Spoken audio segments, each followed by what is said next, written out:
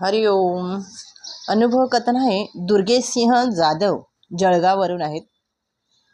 ते म्हणतात, तुम्ही बिंदास जा सेवेला, बापू आहेत आमच्याबरोबर. सदर अनुभवातील श्रद्धावानाला बापूंच्या अनुभव संकीर्तनाचे सेवेला जायचं असते, पण घरात फक्त त्याची वहिनी आणि तिचे 4 ते 5 महिन्याचे बाळ एकटंच असतात. त्याचे घरही गावापासून थोडे दूर असते. अशा परिस्थितीत त्यांना एकट्याने सोडून जायचं श्रद्धावानांचा पाय निघत नसतो. त्यावेळेस त्यांची वहिनी त्यांना धीर देऊन बापूंवरचा उपरोक्त विश्वास व्यक्त करते. हा सेवेला गेल्यावर बाळावर संकट कोसळते, पण त्या बाळाच्या आईने व्यक्त केलेला विश्वास सार्थक ठरतो. कसा, तर आपण त्यांच्या अनुभवातून ऐकूया. ते म्हणतात, बापू करी बाळाचे रक्षण वेळोवेळी. आपण आता ऐकूया त्यांचा अनुभव. ते म्हणतात, मी सन 2003 पासून परमपूज्य सद्गुरू अनिरुद्ध बापूंच्या उपासनेत सहभागी झालो. त्यानंतर Aniruddha academy of disaster management AADMचा आपत्तीचा व्यवस्थापकीचा कोर्स केला आहे. तसेच फायर फायटिंग, हॅम रेडिओचे प्रशिक्षण घेतले आहे. त्याचबरोबर अनुभव संकीर्तन सेवाही बापूंनीच करून घेतली. मला आलेला बापूंचा पुढील अनुभव सन 2014 मधील आहे. चाळीसगाव तालुक्यातील नगरदेवाळा येथील अनिरुद्ध उपासना केंद्राच्या काही श्रद्धावानांनी धुळे जिल्ह्यातील साक्री तालुक्यातील अनुभव संकीर्तनाच्या कार्यक्रमाचे आयोजन केले होते. त्यांनी मलाही त्या सेवेला येशील का असे विचारले होते. मी म्हणालो की मी धुळ्यापर्यंत येऊ शकतो, पण त्याच्यापुढे कसे यायचे मला माहीत नाही. मग त्यांनी मला धुळ्यापर्यंत यायला सांगितले. तिथे ते माझ्यासाठी गाडी पाठवणार होते. मी त्यांना साक्री यायला भेटणार होतो. मी ह्या कार्यक्रमाचं जायचं ठरवलं खरं, पण घरी आल्यावर बघितलं तर परिस्थिती वेगळी होती. घरी कुळाचार असल्यामुळे आई वडील आमच्या मूळ गावी चोपड्याला गेले होते. ते रात्री 8 वाजता घरी परतणार होते. मोठा भाऊ मेडिकल ऑफिसर असल्याने तो कामावर गेला होता व रात्री रुग्णालयातच मुक्काम करणार होता. वहिनी व माझा 4 ते 5 महिन्याचा पुतण्या निकेतच घरी एकटेच होते. आमचे घर तसं नवीन परिसरात होते व गावापासून काही अंतरावर होते आणि आमच्या घराच्या आसपास इतर घरेही अगदी तुळकट होती. अशा परिस्थितीत, अशा निर्जळ परिसरात वहिनीला आणि तिच्या बाळाला एकटं सोडून जायचं माझ्याही घरातून पाय निघत नव्हता. पण वहिनीने मला सांगितलं की तुम्ही सेवेला बिनधास्त गेलात तरी चालेल, बापू आहेत आमच्याबरोबर. भक्तांसाठी सद्गुरुत्व कसे सक्रिय असते, ते सद्गुरुत्व श्रद्धावानांच्या जीवनात काय व कसे बदल घडवून आणू शकते आणि कुठल्याही थराला जाऊन ते भक्तांना मदत करते, हे दर्शवणारे अनेक अनुभवातील संकीर्तन मी स्वतः आजपर्यंत केले होते. पण त्या दिवशी माझ्या घराच्यांनाही असाच बापूंचा मोठा अनुभव आला.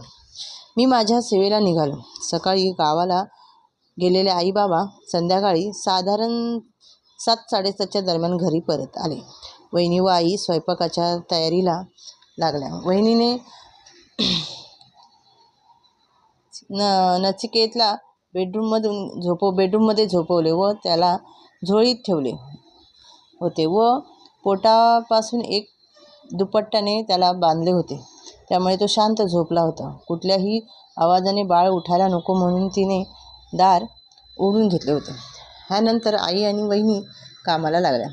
घरात अगदी निर्मळ शांतता होती. अचानक आईला आणि वहिनीला काहीतरी जोरात पडल्याचा आवाज आला. दोघींचेही लक्ष हे बेडरूमकडे गेले. समोरच दृश्य बघताक्षणी दोघींच्या छातीत धस्कन झाले. नचिकेत झोळीतून खाली पडला होता, पण त्याजवळ जाऊन बघताच तर खाली पडूनही तो शांत झोपला होता. त्याच्या पोटाला जी ओढणी बांधली होती ती झोळीत तशीच्या तशीच होती. जमिनीपासून झोळीचे अंतर साधारण 4 फुटाचे होते, पण इतके लहान बाळ इतक्या उंचीवरून पडूनही सुरक्षित होते. नचिकेतला काही लागले दिसत नव्हते. व तो अजिबात रडत नव्हता. ह्या उलट तो शांत झोपलेला होता. धावत जाऊन वहिनीने त्याला जवळ घेतले. त्यामुळे तो उठला आणि शांतपणे तिच्याकडे बघत राहिला. तो जराही रडला नाही. वहिनीने त्याच्या डोक्याला, पाठीला, कमरेला कुठे मुखामार लागलाय का ते बघण्यास त्याला तपासते, पण त्याला कुठेही साधे खरचटले नव्हते. तो दूध प्यायला व पुन्हा शांत झोपला. दुसऱ्या दिवशी वहिनीने आम्हाला भावांना हा अनुभव सांगितला. वहिनीने मला सेवेला बिनधास्त जायला सांगितलं. बापू आहेत आमच्याबरोबर असा विश्वास व्यक्त केला होता. माझ्या मते बापूंच्या कृपेनेच मोठं संकट टळले होते. माझे वडील बापूंच्या भक्तीत नसूनही त्यांनाही उत्स्फूर्तपणे म्हणाले की बापूंनीच नचिकेतला वाचवले आहे. जर बापू नसते तर खूप मोठा अनर्थ झाला असता. मी घरी नसतानाही त्या परम करुणी सद्गुरुत्वाने आमच्या कुटुंबाची व घराची काळजी घेतली होती. त्यासाठी आम्ही बापूंच्या चरणी अंबज्ञ आहोत.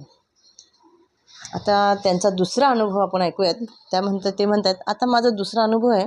3 मार्च 2023 रोजी ह्या दिवशी सकाळी माझी मार्केटची बरीच कामे करून मी घरी पोचलो.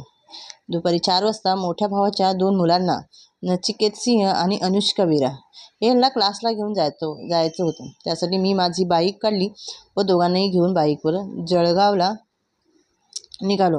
मुलं बाईकवर बसताना इतर वेळी माझा वेग कमीच असतो, पण त्या दिवशी उशीर झाल्याने माझ्या बाईकचा वेग थोडा जास्तच होता. अचानक घरातून काही किलोमीटर पुढे आल्यावर गाडीतून खड खड खड असा आवाज यायला लागला. गाडीचा वेग कमी होत आहे असे मला जाणवले आहे. मी पाठीमागे बसलेल्या अनुष्काला विचारले